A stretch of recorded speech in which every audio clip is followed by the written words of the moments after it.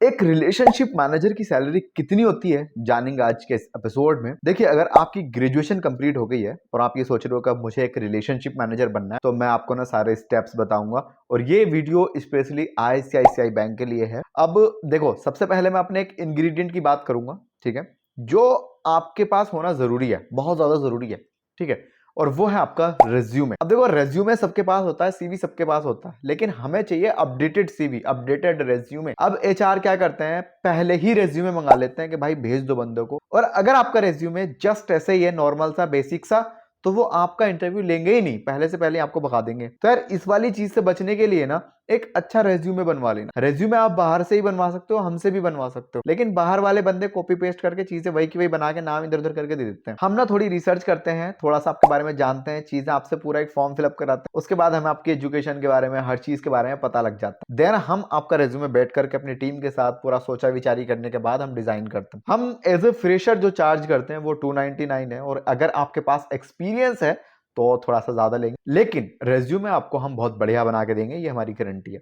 अब तक हमने 1000 से ज्यादा रेज्यूमे डिजाइन कर दिए हैं। तो हमारा पहला इंग्रेडिएंट है रेज्यूमे। एक अच्छा रेज्यूमे होना जरूरी है, ठीक है जी, पहली चीज।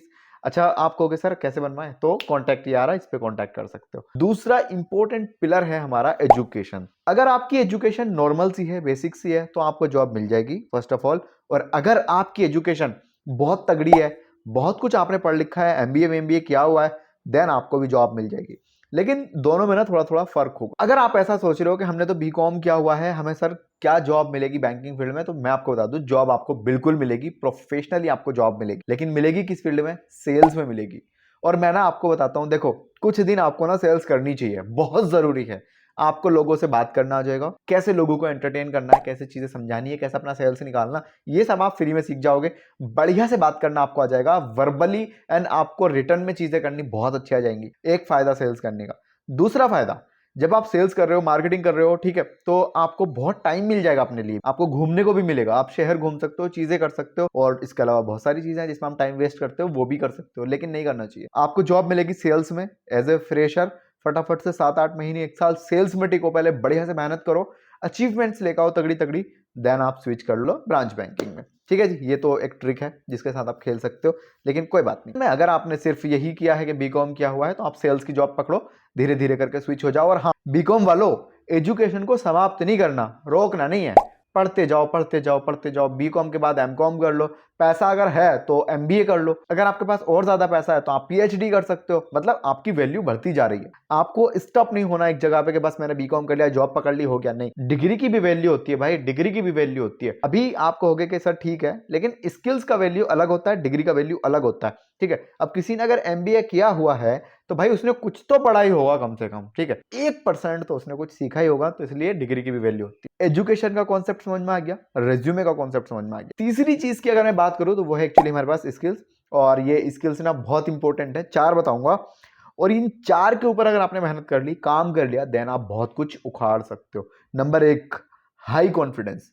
जब आप फ्रेशर होते हो ना, तो आपसे एग्जामिनर बैंकिंग से रिलेटेड क्वेश्चन आंसर नहीं करता। एक दो क्वेश्चन बैंकिंग से रिलेटेड पूछ लिया कि बैंक कैसे पैसा कमाता है, या फिर बैंक, मान लो एक्सिस बैंक है, वो एक्सिस बैंक क्या करता है, ठीक है, या आईसीआईसीआई बैंक के बारे में आप क्या जानते हो। ये 2-3 कॉमन क्वेश्चन होते हैं, ये तो पूछता ही है हर कोई, लेकिन बहुत डीप नहीं जाएगा। अगर आप फ्रेशर हो तो वो ना आपको जज कर लेगा आपके कॉन्फिडेंस से, आपकी कम्युनिकेशन स्किल्स से, कि ये बंदा कैसे बात कर रहा है, और आंखें कहाँ है, कितना घबरा रहा है, नर्वस कितना। अगर आपने ये चीज पे अपना हक जमा लिया, या अपने कॉन्फिडेंस को बहुत अच्छे से इंप्रूव कर लिया, देन जॉब आप ले लेंगे। दूसरी स्किल्स है यहाँ पे कम्युनिकेशन स्किल्स। आपको ना बातचीत करना आना बहुत जरूरी है। जो आपके मुंह से शब्द निकल रहे हैं उनको आप बांध के बोलिए, सामने वालों को जाके लगने चाहिए, ऐसे इस तरीके से आप बात करोगे, ठीक है। अब मैं यहाँ पे वीडियोस बना रहा हूँ, ठीक है, तो मेरे मुंह से बहुत बार गलत शब्द निकल जाते हैं, लेकिन हम उनको एडिट करते हैं, हम दोबारा से रिपीट करते हैं, चीजों को बिल्कुल, चीजों को प्रॉपर तरीके से बोलने की कोशिश करते हैं। तो आपसे भी यही रिक्वेस्ट है, आप अपने इंटरव्यू की तैयारी करो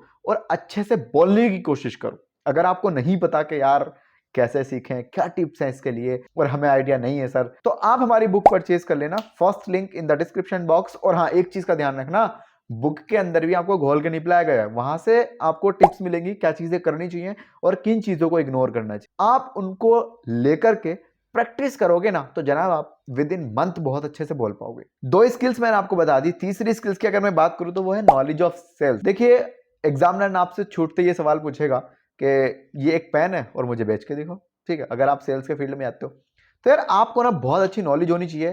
सेल्स कैसे की जाती है, सेल्स को कैसे किया जाना चाहिए, सेल्स के क्या तरीके हैं, अच्छे तरीके क्या हैं, बुरे तरीके क्या हैं, मार्केटिंग कैसे की जाती है, इसके बारे में आपको बहुत डिटेल नॉलेज होनी चाहिए। और सच बताओ ना, सेल्स के ऊपर ना यूट्यूब पे वीडियोस की भरमार है।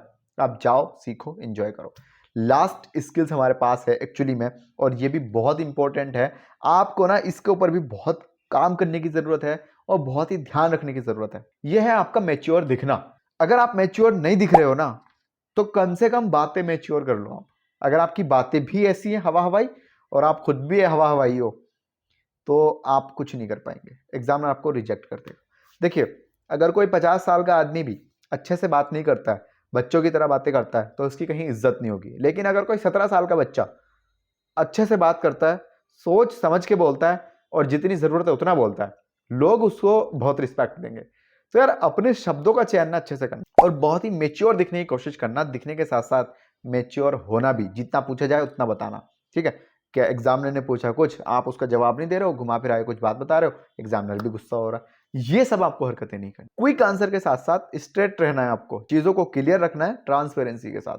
तो ये बात आपकी समझ में आ गई, बहुत अच्छी बात है। अगर आपको ये वीडियो पसंद आ रहा है तो please hit the like button, because ये बिल्कुल फ्री है और यूट्यूब के एल्गोरिदम में काम आ जाएगा। दोस्तों सैलरी भी मैं आपको यहां पर बताने वाला हूं जिसके लिए आप रुके हुए हो, लेकिन मैं ये सोच रहा हूं कि आपको ना अप्लाई करने का प्रोसेस समझा देता हूं कि किसी बैंक में कैसे जॉब मिलती है। तो यार अभी अगर आप ये वीडियो देख रहे हो, जो कि आपको देखनी चाहिए, ठीक है, पूरा देखना चाहिए, और आपको ना ये वीडियो शेयर भी करना चाहिए और उन लोगों को शेयर करना चाहिए जिनसे आप कहीं ना कहीं थोड़ी सी मोहब्बत करते हो। बिकॉज इस टाइम चल रही है वैकेंसी और मार्च तक बहुत तगड़ी वैकेंसी है, ठीक है, बैंकिंग फील्ड में। क्योंकि मार्च में ना बहुत सारे लोग जॉब को छोड़ते हैं तो बहुत सारे लोगों को न्यू अपॉर्चुनिटीज मिलती हैं।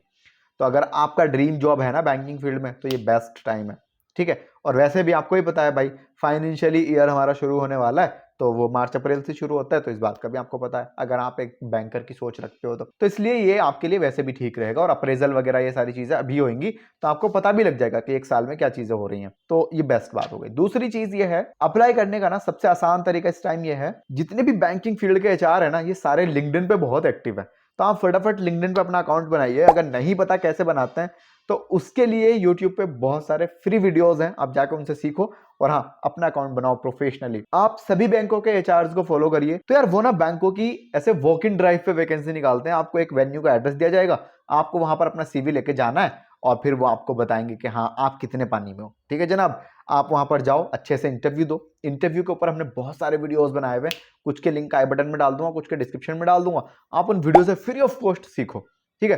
सीखने के बाद इंटरव्यू दो और अगर सिलेक्शन हो जाता है तो कमेंट्स में थैंक यू लिख देना मुझे, ठीक। तो ये बेसिक सा एक मेथड है जिसके थ्रू आप इंटरव्यू दे सकते हो, एग्जामिनर को जाके फेस कर सकते हो। और एक बात एग्जामिनर से जरूर कहें, मुझे पता है आपने मुझे जॉब नहीं देनी, मैं फ्रेशर हूं और मुझे आपने रिजेक्ट कर दिया, बट आप मुझे ये बताइए मैं वो कौन सी चीजें सीखूं जिसकी वजह से मुझे बैंकिंग फील्ड में जॉब मिल जाए, क्योंकि मेरा है ड्रीम जॉब। और हाँ, पेन पेपर लेके जाओ, जो भी वो चीजें बताएं कि ये चीज सीखो, ये चीज सीखो, ये चीज सीखो, प्रॉपर लिख के ले लो उन्हीं के सामने। तो उनको लगेगा कि बंदा बहुत ही हमारी बातों की वैल्यू कर रहा है, तो अच्छा बंदा है। तो वहां से 1% चांस ऐसा हो सकता है कि आपके पास इंटरव्यूअर की कॉल आ जाए कि आपका सिलेक्शन हो रहा है, ऑफर लेटर भेज रहे हैं हम आपको। लेकिन ऐसा होता नहीं है, आप अपने लिए वो लर्निंग ले लो। और वो ना एक्चुअली में HR है, एग्जैक्ट चीजें आपको बता देगा कि ये चीजें सीख लो, हमें ये चाहिए। और कोई भी HR ना आपको रिजेक्ट नहीं करना चाहता है, उसकी मजबूरी होती है भाई, उसको सही बंदे हायर करने होते हैं। उसकी सैलरी 2-2 लाख 3-3 लाख रुपए होती है। अगर वो गलत बंदे हायर कर लेगा तो उसकी नौकरी भी खतरे में आ जाएगी। इसलिए वो बहुत मेहनत करता है, बहुत एफर्ट्स डालते हैं और हाँ इसीलिए करते हैं, ठीक है जी। तो ये था, इस तरीके से अप्लाई करो, सब कुछ करो, मेहनत करो। अब मैं आपको सैलरी के बारे में बता दूं कि एक रिलेशनशिप मैनेजर की सैलरी होती कितनी एक्चुअली। देखो अगर मैं बात करूं एज ए फ्रेशर तो 15 से 20 हजार रुपए के बीच में आपको सैलरी मिल जाती है। और हाँ अगर आपने BCom BSc ये सब किया हुआ है तो। और अगर आपने MBA किया हुआ है और आप फ्रेशर हो तो आपको सैलरी मिलेगी लगभग 40,000 रुपए, ठीक है। और ये वीडियो स्पेशली ICICI बैंक के कैंडिडेट्स के लिए है, ठीक है। अगर आपका ड्रीम ICICI बैंक के लिए है तो आप ये वीडियो कंटिन्यू करिए। बाकी अगर आप फ्रेशर हैं, आपके पास बहुत मच एक्सपीरियंस नहीं है, तो प्लीज एंट्री ले लो, एक्सपीरियंस ले लो, देन आपको अप्रेजल मिलेगा, स्विच करोगे, आपका हाइक बढ़ेगा, चीजें होंगी, आपकी सैलरी अच्छी हो जाएगी। देखो वीडियो के लास्ट में बस एक ही बात कहना चाहूंगा, अगर आपका रेज्यूमे अच्छा नहीं है तो रेज्यूमे जरूर बनवा लेना, बहुत जरूरी चीज है। एग्जामिनर सबसे पहले आपका रेज्यूमे देखता है, फर्स्ट स्टेप आपका रेज्यूमे है तो बनवा लेना। रेज्यूमे के बाद दूसरा अगर कोई चीज है बहुत इंपॉर्टेंट रेज्यूमे के बाद, तो वो है आपका कम्युनिकेशन स्किल्स। आपको बात करना आना बहुत जरूरी है, तो बुक परचेज कर लेना। दोस्तों अपनी राय हमें कमेंट्स में जरूर दीजिएगा इस वीडियो के बारे में, और हम नेक्स्ट वीडियो किस मुद्दे पे बनाएं वो भी प्लीज हमें सजेस्ट करिएगा। चलो ध्यान रखिएगा अपना, और हम आपसे मिलेंगे दूसरे वीडियो में। तब तक के लिए धन्यवाद, थैंक यू, शुक्रिया।